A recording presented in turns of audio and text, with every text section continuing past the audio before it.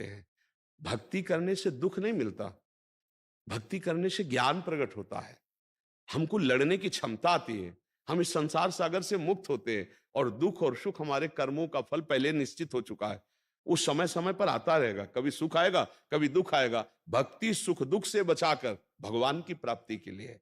अगर हम कोई कामना प्रबल कर ले और भजन उतना है तो उसकी पूर्ति हो जाएगी, अगर कामना हम ना करें तो भगवान की प्राप्ति हो जाएगी। तो लोकवत जब हम व्यवहार धर्म में हो तो शास्त्र आज्ञा के अंतर्गत कि किसके साथ कैसा हमारा संबंध होना चाहिए, और भागवत धर्म के जो नाम निरंतर जपना, दूसरों को सुख पहुंचाना, सारे कर्म भगवान को समर्पित करना, इसका फल मांगे भगवान की प्राप्ति।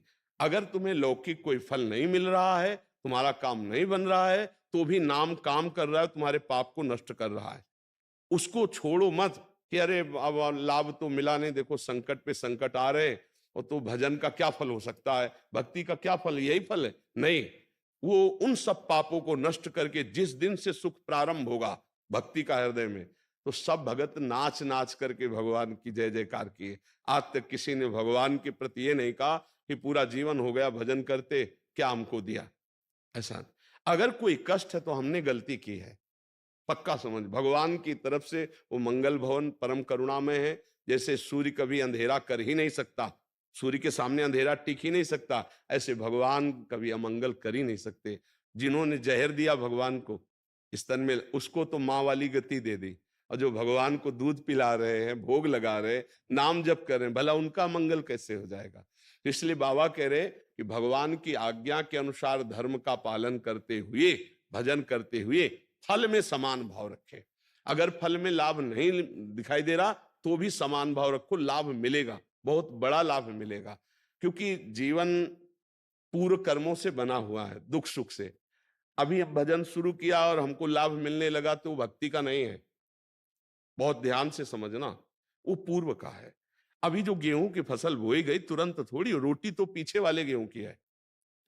नई वाली फसल तो 6 महीना बाद इंतजार करो फिर आएगी। तो ये जो भक्ति है ये तुरंत थोड़ी ऐसे कि ऐसे ऐसे, यद्यप काम तुरंत हो रहा है। भागवत के एकादश स्कंद में लिखा है, जैसे आप कई दिनों के भूखे हो तो आपको भोजन एक एक कवल पवाया जाए तो भूख मिटा रहा है ना, लेकिन एक कवल 4 कवल के बाद आपको रोक दिया जाए तो आपको कैसा लगेगा? लगेगा इससे तो अच्छा देते ही नहीं, क्योंकि जलन बढ़ जाएगी। अब वो जब आधा पेट हो तब जाके स्वाद लगेगा, खीर कैसा, पुआ कैसा, कढ़ी कैसी। ऐसे ही हम जब नाम शुरू करते हैं तो जलन शुरू होती है। अनंत जन्मों में हमने न जाने कितने पाप किए भगवान से विमुख होकर। तो नाम, एक एक नाम यद्यप काम कर रहा है, जैसे एक एक कवल भोजन का पुष्टि तुष्टि क्षुधा निवृत्ति कर रहा है, ऐसे ही संसार से वैराग्य, भगवान से प्रेम और स्वरूप का ज्ञान, ये एक एक भजन में हो रहा है। पर जब आधा पेट लगभग 12 घंटा कम से कम भजन होए, तब समझ में आएगा कि हाँ भजन का क्या स्वाद है, भजन का क्या स्वरूप है। तो भजन व्यर्थ नहीं जाएगा। एक नाम भी एक कवल खाया तो भूख मिटाई तो, पर वो लगेगा कि भूख और बढ़ गई।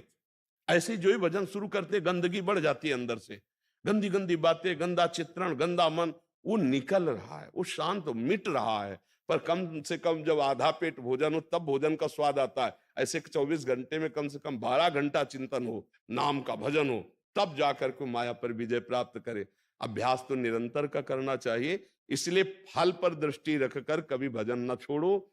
भजन का फल अवश्य मिलता है। जैसे तत्काल गेहूं फेंक दिया 1 मन खेत में, अब वो 6 महीना इंतजार करता है, सेवा करता है फसल की, तब जाके कहीं सुरक्षित वो 40 मन के रूप में आता है। 1 मन 40 किलो फेंका तो 40 मन के रूप में अन्न आ जाए। तो ये जो भजन कर रहे हो ये बढ़कर आपको महासुख देगा, व्यर्थ नहीं जाएगा। पाप कर्म व्यर्थ नहीं जाता, वो दंड दे देता है, तो पुण्य कर्म भजन कैसे व्यर्थ हो जाएगा? इसलिए फल पर दृष्टि न रखते हुए अपने साधन को बढ़ाते रहना चाहिए, चाहे जितना कष्ट आवे, साधन ना रोके। तो बाबा कहते हैं निश्चित वो भगवान की कृपा को प्राप्त कर लेगा। और जा पर कृपा राम की हुई ता पर कृपा करे सब कुछ प्राप्त हो जाएगा, पक्का समझो। जब भगवान मिल गए तो क्या दुर्लभ रह गया, उन्होंने ही तो संसार को रचा है।